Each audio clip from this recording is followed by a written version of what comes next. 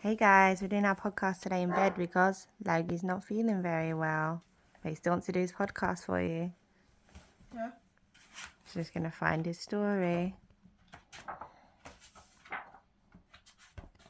Hope you're enjoying all of Logi's lovely stories. Here it is. Found it. Okay, time to record the podcast. I'm going to record it. Hello, I'm Logan. I'm Gemma. And today we're going to be reading the 10th story from Secrets of the Forest. And we're doing the podcast in bed today because we're sick. So, anyway, let's start the podcast. Playing in the night. Something black and white is poking out from the base of a giant English oak tree. It's the twitchy snout of a badger. After sniffing to make sure the coast is clear, the badger shimmies out of its set. It doesn't go far. Instead, it flops down onto the soft earth between the oak and a hazel tree. The badger rolls onto its back and starts grooming its It scratches its belly, then its legs and tail. While it grooms, 3 more badgers come out from the set. It's the badger's brother and sisters. They crowd around the first one, who rolls onto its side. The members of the badger clan begin to groom each other. One uses its teeth to neaten up a matted patch of fur on its sister's shoulder. Another picks out lice and fleas from its brother's back and rump. Before long, the badgers are ready for a night of foraging and fun.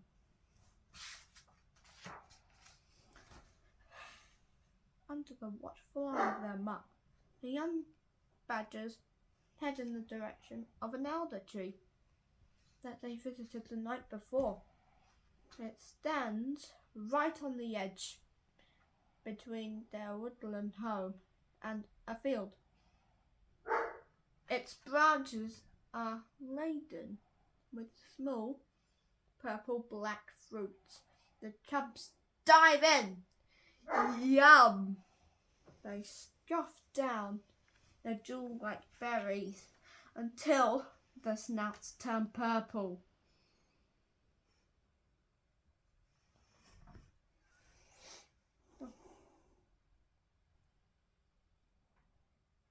Then they amble back towards their set. A family of foxes who'd been watching them feast takes their place at the elder tree. It's their turn to enjoy eating the sour berries. Back at the set, there's work to do. The badger mum runs down one of the many underground tunnels. She quickly returns, coming out of the set backwards. Under her chin is a pile of old straw. She puts it down near one of the set's entrance holes before gathering some dry grass, bracken and moss from the undergrowth nearby. Carrying this collection under her chin, she shuffles backwards down into her home. One of the cubs follows her lead. It collects fallen leaves and a stick, then drags them backwards into the set. The stick may not be useful for creating a cozy sleeping space, but it's a good start for a young badger.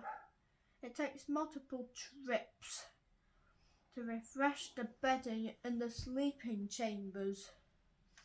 While this is going on, some of the other cubs are busy bum pressing, marking each other with scent glands under their tails. All the hard work makes the badgers hungry for more food. They spy a huge dirt pile. Heaps of earthworms wriggle about. The badgers use their teeth to pull worm after worm from the loose soil. Slurp! They look a bit like people eating pasta. After their meal, the badger cubs play. One does a somersault. Two others enjoy leapfrogging in the leaves. A game of chase gets underway. They zip past beech and silver birch trees. Some fox kits want to join in on the fun. No problem.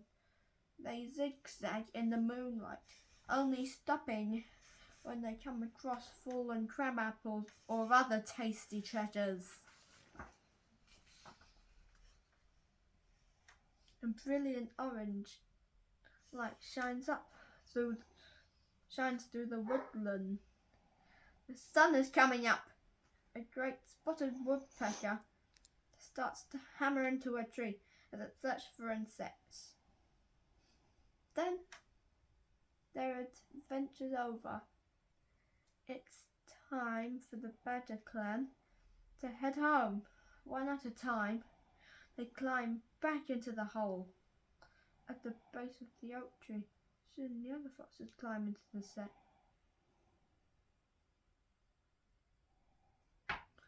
They wander through the complicated network of the tunnels and chambers until they find some that are empty. Then the woodland creatures settle down to snooze the day away. Life underground. There are many types of badgers and foxes around the world. The ones in this story are European badgers and red foxes. They live in a wood in southern England. They might be near some of us. Yeah. They could be somewhere around here. All of my fans live in England. So, the badger senses. Badgers have small eyes and cannot see very well. However, thanks to their long snout, they have an excellent sense of smell. If another animal has left its paw print on the ground, a badger can still smell it hours later. Experts say that a badger's sense of smell is about 800 times better than a human's. Badger clans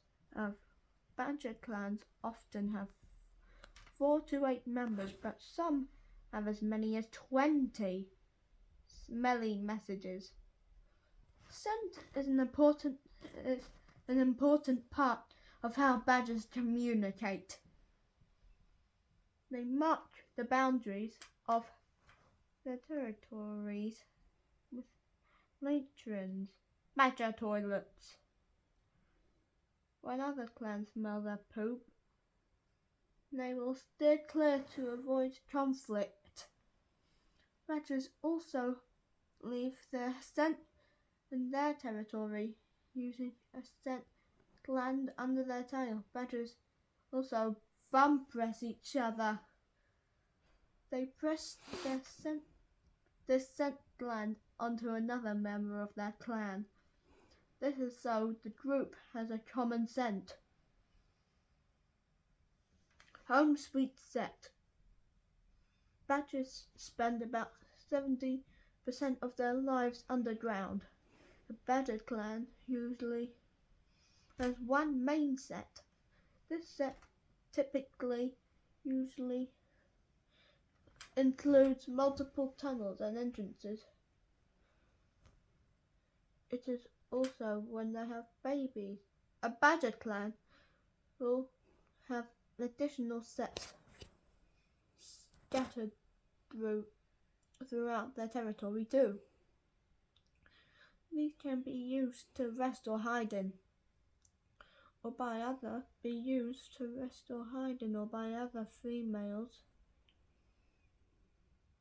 in the clan when they're ready to have babies.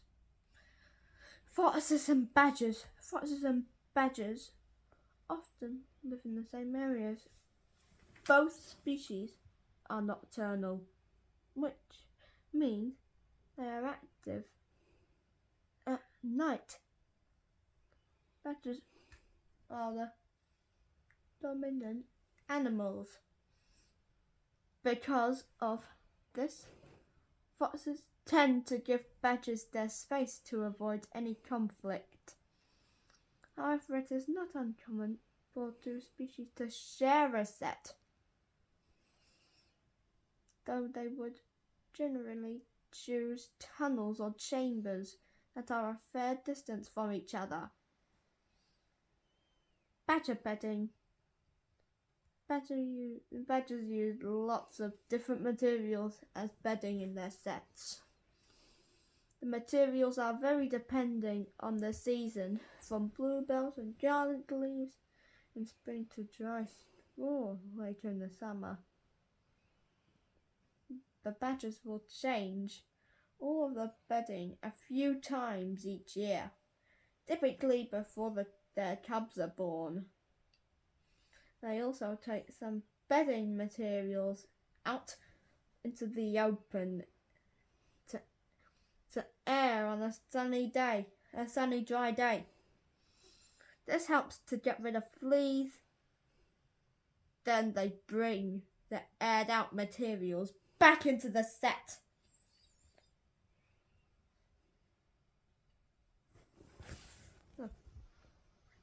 Thanks for listening. Bye. Bye.